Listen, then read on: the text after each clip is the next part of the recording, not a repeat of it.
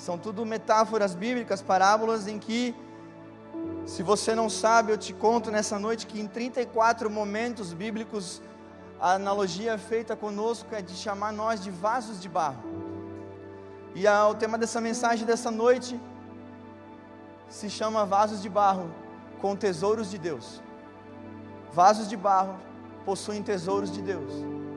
E eu e você, nós vamos aprender que lá em Gênesis, no capítulo 1 em diante, quando Deus criou todas as coisas, Ele criou os céus e a terra, Ele criou as águas, a profundeza do oceano, Ele criou as montanhas, Ele criou a natureza, Ele criou os pássaros, tudo isso, a luz e a escuridão.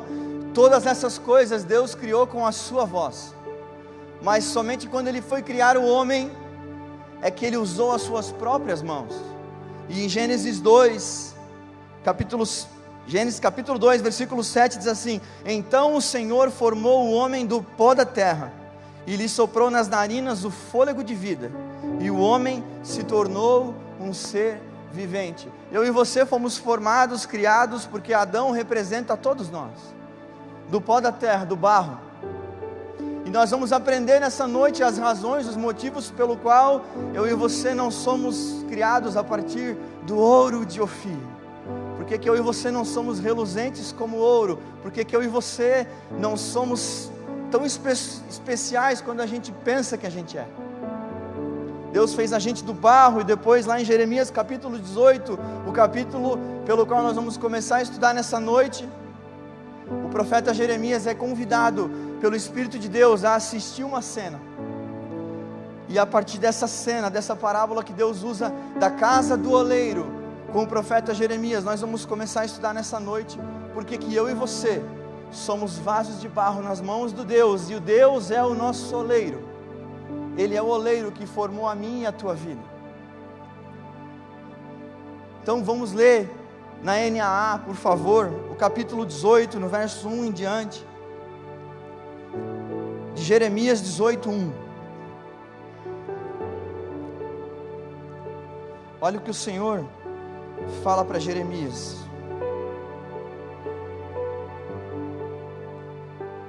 Esta é a palavra que veio a Jeremias da parte do Senhor: vá à casa do oleiro e ali você ouvirá a minha mensagem.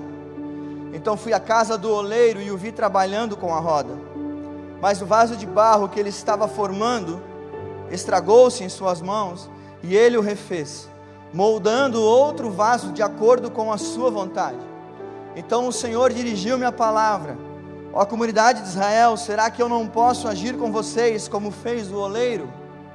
Pergunta ao Senhor: como barro nas mãos do oleiro, assim são vocês nas minhas mãos, ó comunidade de Israel. A audiência aqui, o contexto histórico é assim, o povo de Israel. Mas no capítulo 18, no verso 6, o Senhor pergunta para ele se ele pode os refazer. Porque se você não sabe, nesse momento histórico, Israel vivia tempos sombrios, onde os homens e as mulheres e as famílias viravam as costas para Deus. Então Deus está dando uma metáfora para eles, em que Ele talvez precisaria resetar aquilo que era as suas formações por inteiro. Porque um vaso de barro, nós vamos aprender nessa noite, se ele for colocado na mão do oleiro, só com um pouco de água, ele é possível ser refeito totalmente de novo. Então com Deus nós estamos aprendendo, e vamos continuar aprendendo nessa noite, que nós temos duas possibilidades. Nós temos a possibilidade de começar tudo novo, ou talvez eu e você somos convidados, como o povo de Israel estava sendo convidado nesse momento histórico, a recomeçar. Porque algo não está dando certo, algo parece que não está dando certo. Então Deus convida eles: será que eu posso recomeçar vocês? Será que o oleiro pode? Deus está sendo gentil com eles. E o primeiro ponto desse capítulo que eu quero destacar para vocês, igreja, nessa noite, é que as nossas mãos, as nossas vidas, elas não estão nas mãos de uma força invisível, de uma força qualquer, de um Deus cego.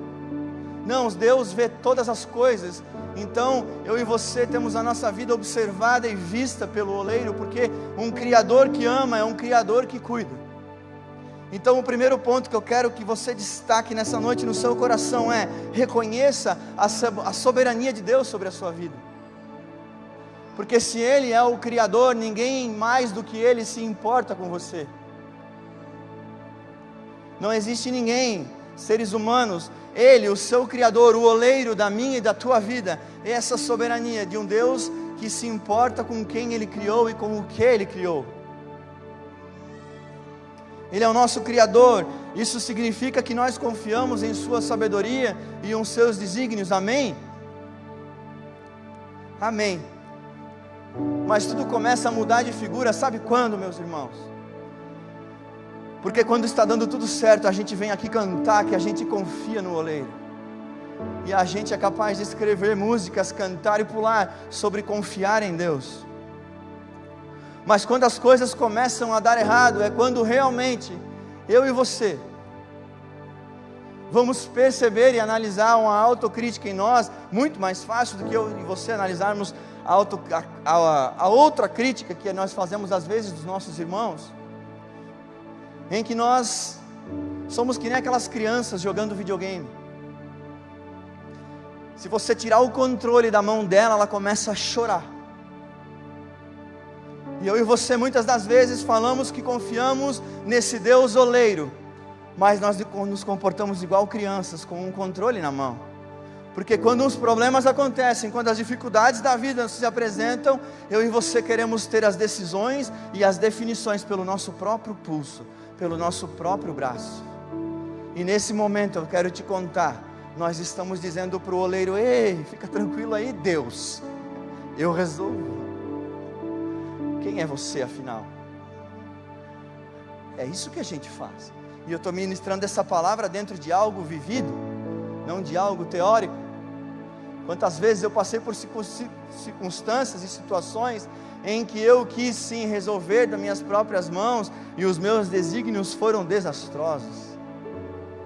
Andei 800 casas para trás porque eu não tive a capacidade de tirar o controle das minhas mãos. Não, muito pelo contrário, eu fiz questão de ter o controle para mim. Porque eu estava dizendo: ei, oleiro, quem é você? Mas esse é só o primeiro ponto. Reconhecer a soberania de Deus vai muito além de só dizer sim, Ele é o meu Criador. Vai falar de cristãos que no momento da maior dificuldade da sua vida olham para o céu e dizem: e aí, oleiro? E aí, meu Deus? O que eu faço agora a partir das tuas escrituras, da tua palavra? Porque eu, com a minha sabedoria, com os meus conhecimentos, eu estou aqui errando, eu estou aqui limitando a caminhada. O segundo ponto, e vai estreitando, é aceitar a correção e o redirecionamento de Deus, porque Deus foi gentil para com o povo de Israel. Ele perguntou: vocês são capazes de aceitar o novo desígnio, de aceitar um recomeço? Deus pergunta, Deus é gentil, Ele bate a porta, Ele não derruba portas. Ele pergunta para você se você quer os redirecionamentos dEle, se você quer. Deus não intervém nas nossas caminhadas. Eu sempre falo, quando alguma pessoa está indo por um caminho torto, ela está buscando o caminho errado, Deus não desce do céu e fala: para, meu querido, você está fazendo errado, e isso aqui vai fazer muito mal para você. Não, não. As pessoas buscam os seus próprios direcionamentos e elas colhem as consequências deles. Inclusive eu. Como colher? Aceitar a correção e o redirecionamento de Deus é o segundo passo para aquele que diz que realmente confia no oleiro.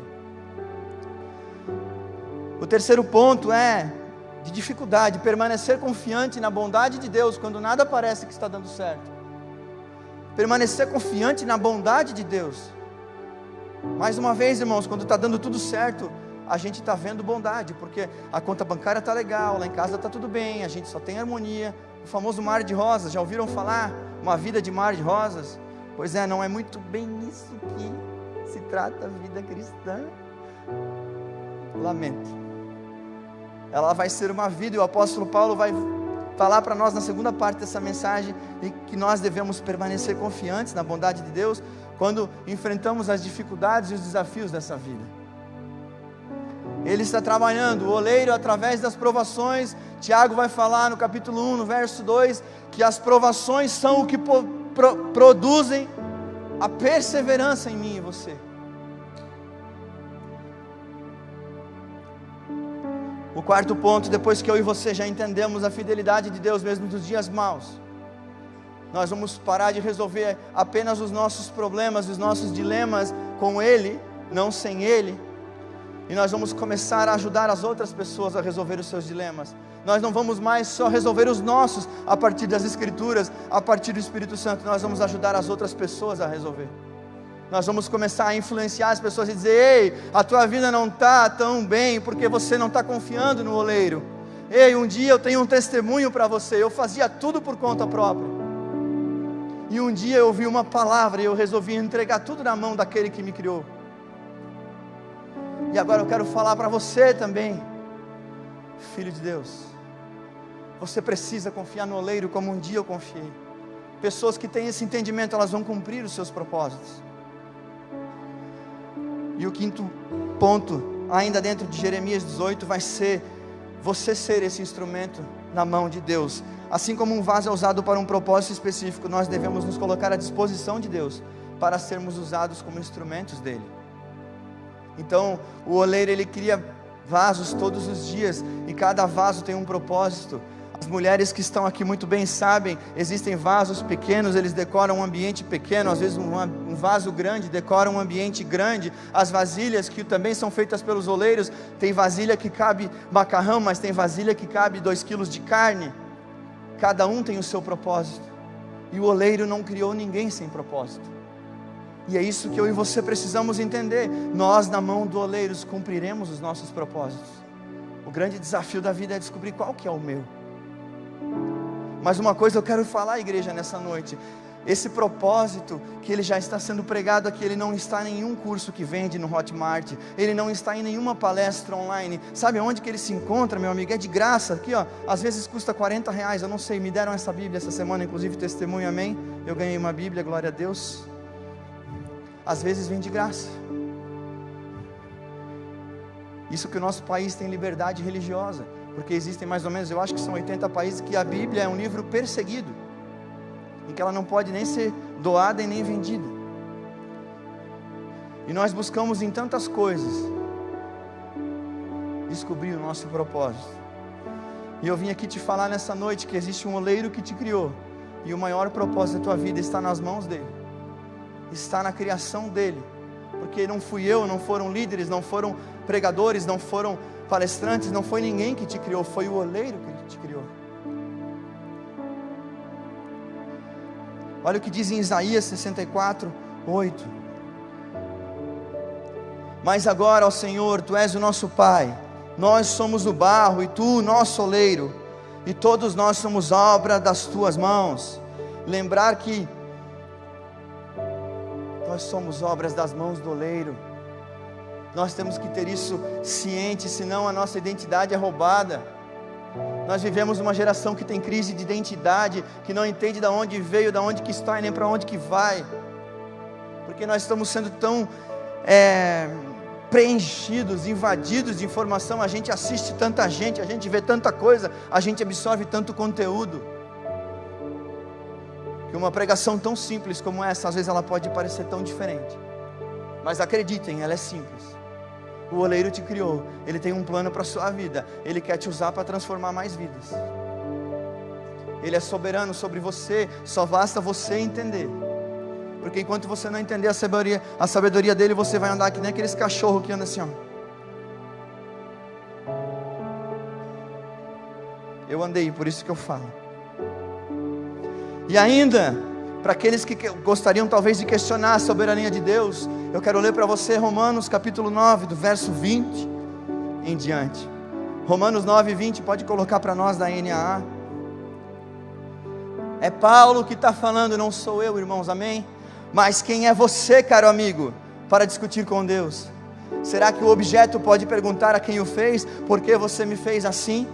Será que o oleiro não tem direito sobre a massa, para do mesmo barro fazer um vaso para honra e outro para desonra? Estes vasos somos nós, a quem também chamou, não só dentre os judeus, mas também dentre os gentios. Será que eu e você podemos questionar o oleiro porque ele nos fez assim? Não, Paulo está falando, nós temos que confiar no oleiro, nós temos que ter certeza da nossa filiação celestial, da nossa paternidade em Deus, e aí sim, eu e você caminharemos num caminho divino, num caminho celestial nessa terra, dentro dos nossos propósitos. E as tribulações, pastor, e os dias maus, o que eu faço com eles? Olha o que Romanos 8, 28 fala sobre as circunstâncias da vida, as dificuldades que afetam a minha, a tua paz, a nossa harmonia, a nossa alegria. Romanos 8, 28, sabemos que todas as coisas contribuem juntamente para o bem daqueles que amam a Deus. Você ama a Deus?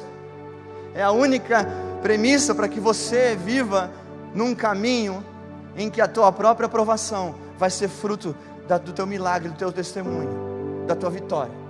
Basta você entender que você ama a Deus e por causa disso Ele vai te cuidar. Nós não seremos livres das provações, mas será através delas que nós nos tornaremos melhores nos outros dias. E você já vai entender por quê. Eu quero trazer para você 4 elementos do vaso de barro. Você vai muito além agora de imaginar a utilidade dele como utensílio doméstico e a analogia de que eu e você fomos criados do barro, do pó da terra, como diz em Gênesis 2, 7. O primeiro ponto do vaso de barro é que ele tem maleabilidade. Não importa quantas vezes o vaso quebre, se ele for de barro, com um pouco de água e as mãos do oleiro ele fica novo. E o que Jesus disse que ele era?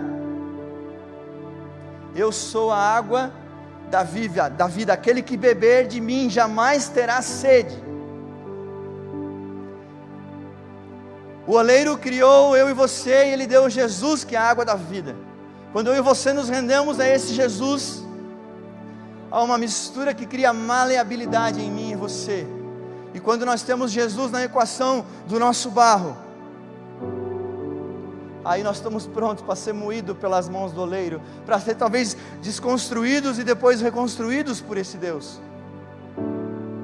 E está tudo bem ser desconstruído, porque eu tenho maleabilidade quando a água da vida toca o meu ser.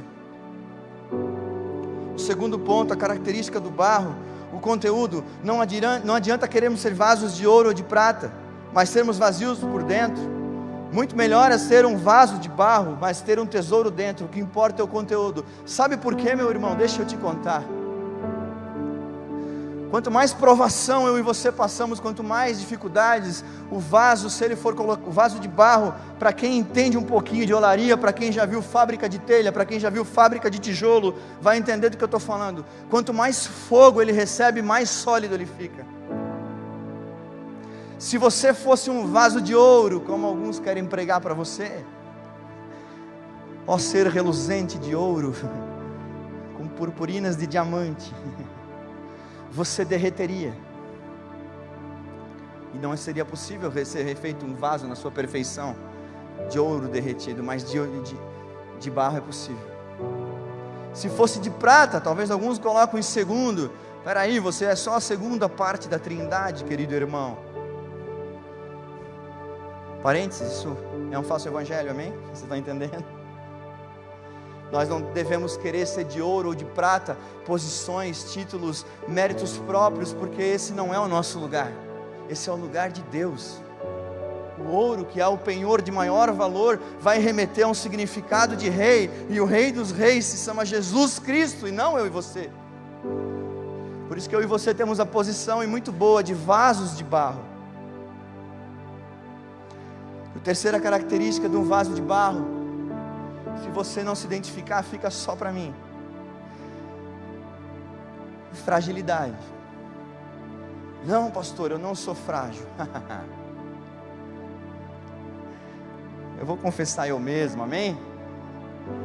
Tem pessoas que já me desestabilizaram com uma única palavra.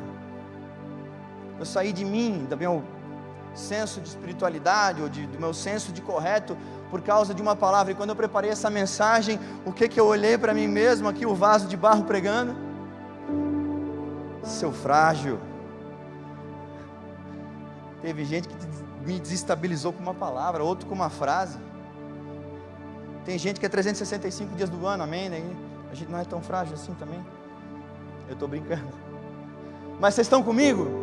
Nós somos frágeis, é por isso que nós também somos chamados vasos de barro. Tem circunstâncias que facilmente nos tiram do curso, nos tiram da nossa paz, da nossa harmonia interior, a gente fica transtornado por muito pouco, e isso é característica de vaso de barro, é fragilidade, frágil, dodói, qualquer coisinha arrepia, é característica de vaso de barro. É por isso que nós somos chamados assim em 34 lugares da Bíblia. Quando um vaso de outro material é exposto ao fogo. Quarto ponto, eu falei do ouro, agora eu vou te falar da madeira. Já pensou se nós fôssemos madeira? Se nós fôssemos madeira também, no Antigo Testamento era um item muito caro, muito raro. Madeiras de lei, madeiras preciosas também existiam. A madeira exposta ao fogo, ela é queimada, se transforma em cinzas e não tem mais como reconstruir. Por isso que nós não devemos desejar ser outra coisa que não vaso de barro, porque o oleiro vai ter a capacidade de, quando nós estivermos destruídos, jogar a água da vida, que é Jesus Cristo, sobre eu e você, e reconstruir uma nova história, a partir de um vaso de barro que reconheceu a soberania do seu Deus, a necessidade que você tem e a sede que tem dentro do meu e do teu coração pela água da vida que é Jesus, pela água viva que é Jesus.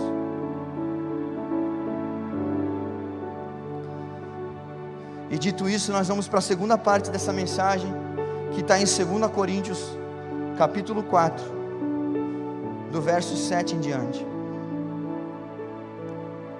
A epígrafe desse capítulo vai ser chamada lá em 2 Coríntios, tesouro em vasos de barro. E você está falando por tanto tempo, pastor Lennon, que nós somos uma desconstrução, que todos os outros vasos de valores representam Deus, e nós representamos a fragilidade, nós representamos pessoas que são frágeis, e que nós somos sensíveis, mas que com fogo. Mas olha o que o apóstolo Paulo, ele vai trazer uma perspectiva agora no Novo Testamento, debaixo da nova aliança, dentro da segunda carta, no capítulo 4, no verso 7 em diante, em que ele nos chama de vasos de barro, bem depois de Cristo. Verso 7 está na tela para nós. Temos, porém, este tesouro em vasos de barro, para que se veja que a excelência do poder provém de Deus e não de nós. O tesouro do vaso de barro é o poder de Deus que provém dele, não de nós. Então eu e você temos que ter a humildade, esse coração simples e humilde em reconhecer a soberania do Senhor, reconhecer que somos vasos dele, porque sim, aí sim o que nós carregamos dentro de nós é o Espírito Santo de Deus e o poder que provém dele. Não há mérito nenhum em nós, mas o que é dele é celestial, é santo, é puro, é de ouro, talvez de diamantes, porque Paulo chama de tesouros em vasos de barro. E esse tesouro eu e você carregamos dentro de nós.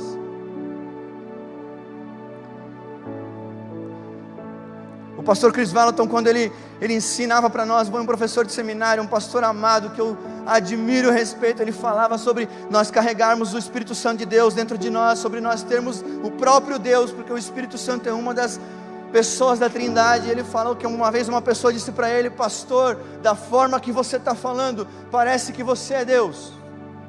E ele disse: não, jamais, eu não sou e jamais ensinarei isso, mas tem um detalhe: eu sou morada dele, e ele está sempre em casa.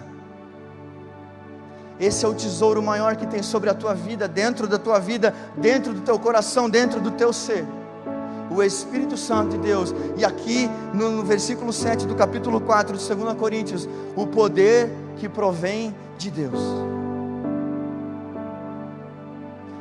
Mas olha onde nós vamos entrar agora, no verso 8, meus irmãos. No verso 8 até o 11, Paulo muda, e ele mostra uma crise que talvez eu e você vivamos de vez em quando nas nossas vidas. Verso 8 até o 11, vamos ler. Em tudo somos atribulados, porém não angustiados. Ficamos perplexos, porém não desanimados. Somos perseguidos, porém não abandonados. Somos derrubados, porém não destruídos. Levamos sempre no corpo o morrer de Jesus, para que também a vida dele se manifeste em nosso corpo. Porque nós que vivemos, somos sempre entregues à morte por causa de Jesus, para que também a vida de Jesus se manifeste em nossa carne mortal. De modo que em nós opera a morte, em vocês a vida. Como que pode, pastor, eu carregar o Espírito Santo de Deus? Como que pode o apóstolo Paulo falar que eu tenho um tesouro dentro de mim, que é a presença do Espírito Santo, o poder que provém de Deus, e ainda assim eu fico perplexo com a perseguição? Eu sou perseguido toda segunda-feira de manhã, parece que o meu celular tritura, passa como um caminhão em cima de mim, os problemas continuam vindo. O apóstolo Paulo passou frio, ele passou fuga, ele passou prisão, ele foi açoitado, ele foi perseguido, ele foi assassinado como o Mestre Cristo foi. Não houve mérito nenhum, ele não foi privado das provações. Paulo foi um vaso triturado e reconstruído. Após o encontro dele com Jesus, o nome dele era Saulo, foi mudado para Paulo. Tamanha reconstrução que esse homem viveu, e após sair de perseguidor para pregador do Evangelho, ele não foi privado das provações da vida. Está aqui. Em tudo somos atribulados, ficamos perplexos. Quem que fica perplexo? Pessoas que levam sustos e dizem: por que eu estou passando por isso?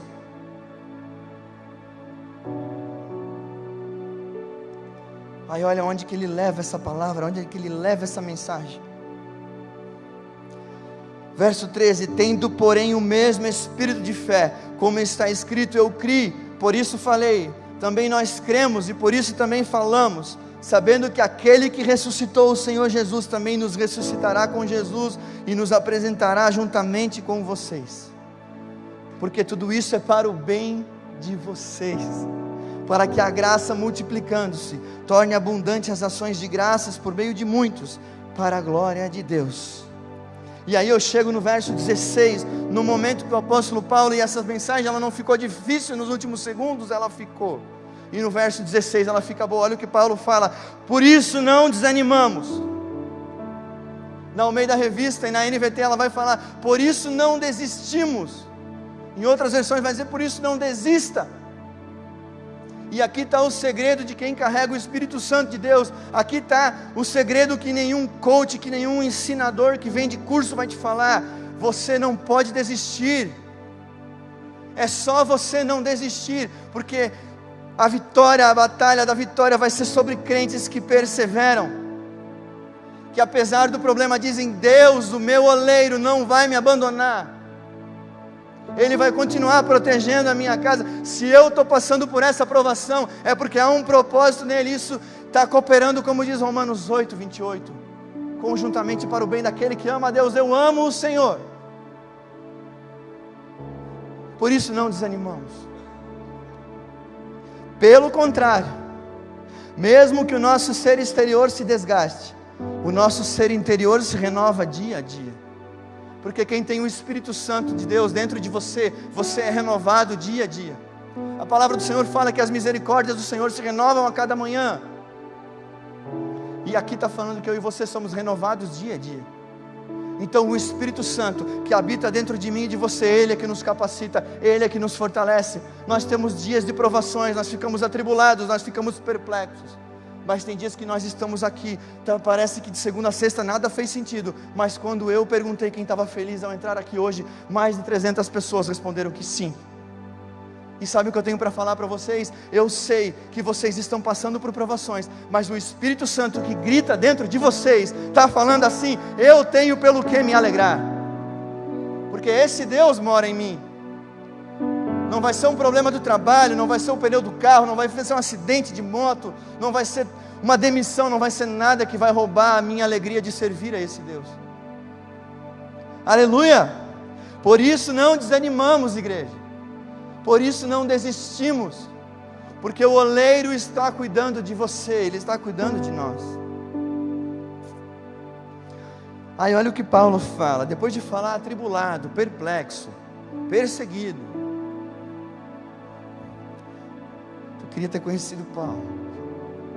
Verso 17, porque a nossa leve e momentânea tribulação, meu irmão, leve e momentânea. Sabe, se tem uma coisa que esse homem não vive, só pode ser um vaso que foi quebrado e reconstruído pelo oleiro, que fala que essas tribulações são leves. Ele escreveu a maioria das cartas para as igrejas de dentro da prisão. E ele mandava carta para animar os caras. Quem estava para baixo era quem estava fora. Paulo estava para cima. Paulo estava alto astral de dentro da prisão. Esse é o poder que provém de Deus, que mora dentro de mim e de você. E nessa noite eu vim falar sobre esse oleiro, eu vim falar sobre esse Deus, eu vim falar sobre Jesus, a água viva. Eu vim ministrar sobre a tua vida, que isso já aconteceu comigo, e se você estiver passando, não desista. O oleiro está cuidando de você. Porque a nossa leve e momentânea tribulação, verso 17, produz para nós um eterno peso de glória, acima de toda comparação. Uma das coisas que tem roubado a alegria minha, sua e da nossa geração é comparação, irmãos. Ah, pastor, não é bem assim. É assim sim. Basta eu entrar no Instagram de qualquer pastor, e se você não tiver o seu coração firmado na rocha que é Jesus Cristo, você vai dizer: eu não sou nada, meu irmão. Os caras são todo mundo melhor. E assim é você com o seu trabalho, assim é você com a sua tarefa. E sabe qual é a realidade do céu? As pessoas passam pela sua vida e dizem: cara, aquele cara é o melhor mecânico que eu já conheci. Aquele cara é o melhor vendedor de carro. Meu, não tem noção como ele me atendeu. Aquele cara é o melhor vendedor de roupa. Ela é a melhor enfermeira. Ele é o melhor advogado.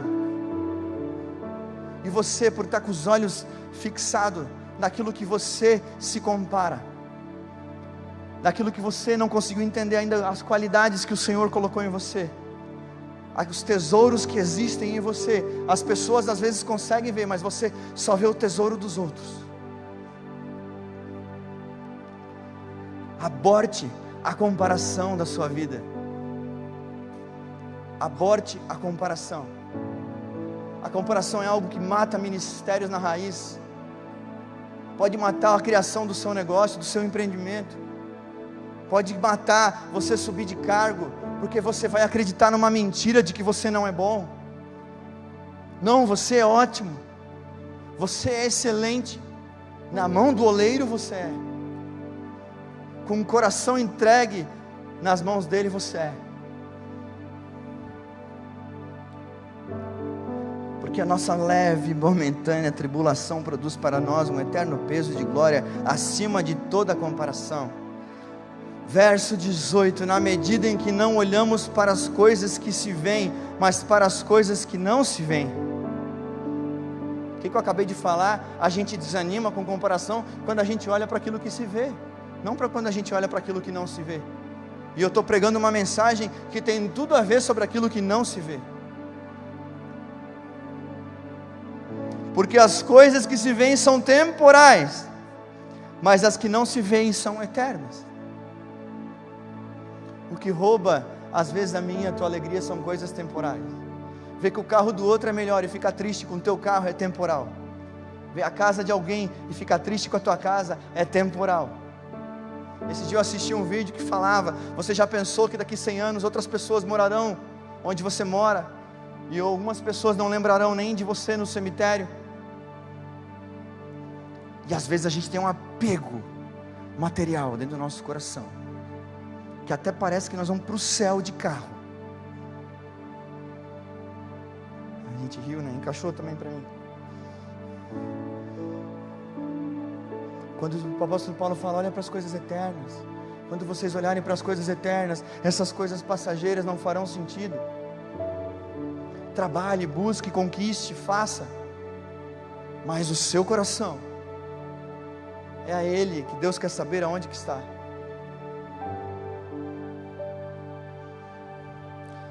E por fim, para falar de coisas eternas, olha o que ele fala para a igreja de Colosso, em Colossenses capítulo 3. Quem já aceitou Jesus? Quem aqui já aceitou Jesus? Quem aqui já foi batizado? Levanta a mão todo mundo. É para você. Portanto, se vocês foram ressuscitados juntamente com Cristo, vocês foram ressuscitados juntamente com Cristo. Busquem as coisas lá do alto, onde Cristo vive, assentado à direita de Deus. Pensem nas coisas lá do alto e não nas que são aqui da terra, porque vocês morreram e a vida de vocês está oculta juntamente com Cristo em Deus. Aleluia! A sua vida está oculta em Deus. Você aceitou Jesus, você tem paternidade do céu, você é filho, você tem um lugar à mesa. E ele te fala, olha para as coisas do alto. E quando a gente fala esse versículo, eu lembro sim de coisas sobrenaturais, de coisas celestiais, de dons de língua, de dom sobrenatural, de curas e de milagres. Mas eu quero te falar mais uma vez, olha que coisa do alto que está dentro da terra comigo e com você. As escrituras sagradas, o manual da vida, está aqui, está dentro do teu lar, está na palma da tua mão de um celular. E às vezes nós negligenciamos o poder que há nesse item celestial, porque se você nunca viu, está escrito Bíblia Sagrada, e o sagrado é celestial. Nós temos sim o sobrenatural, nós temos sim os dons, mas nós temos o poder de mudar a história da nossa vida, tão somente através das escrituras sagradas, e é o que nós estamos fazendo aqui há tantos e tantos anos como igreja. E nessa noite eu quero te convidar a olhar para o alto. Olhe para as coisas do alto, olhe para as coisas que não se veem, olhe para as coisas eternas. Deixe o passageiro de lado, porque muitas vezes são as coisas passageiras que roubam a alegria, são as coisas passageiras que quebram o vaso, são as coisas passageiras. O céu não decepciona, Deus não é homem para que minta, Ele nunca nos desamparará. Quando a gente fixa os olhos naquilo que é o foco correto, eu e você estaremos aí sim, caminhando numa direção divina, celestial, em que a nossa vida vai ter provação, vai. Ele falou, Jesus Cristo disse, no mundo tereis aflições, e a sequência é, como? Mas tem de bom ânimo. E o que Paulo falou? Não fiquem desanimados. Tem de bom ânimo, eu venci o mundo. E aí aqui diz que a nossa vida está oculta com Ele. Sabe o que significa? Eu e você vencemos também. O problema de Hollywood colocou dentro de nós que a vida cristã é igual a um filme. Nós vamos ficar sofrendo do 0 ao 75 e só vai dar bom quando a gente morrer. Mentira. Nós somos convidados a reinar em vida, a ter uma plenitude do Evangelho nessa vida e desfrutar do céu na terra nesse tempo, porque nós somos filhos. Amém, igreja? E para concluir, Tiago capítulo 1, que eu já citei, mas eu quero ler com você. Tiago 1 verso 2: Meus irmãos, tenham por motivo de grande alegria o fato de passarem por várias provações, sabendo que a provação da fé que vocês têm produz perseverança. Ora, a perseverança deve ter ação completa, para que vocês sejam perfeitos e íntegros, sem que lhes falte nada. Para ser perfeito e íntegro, eu e você temos que passar pelas provações. Nessa noite eu quero te convidar você a ficar de pé.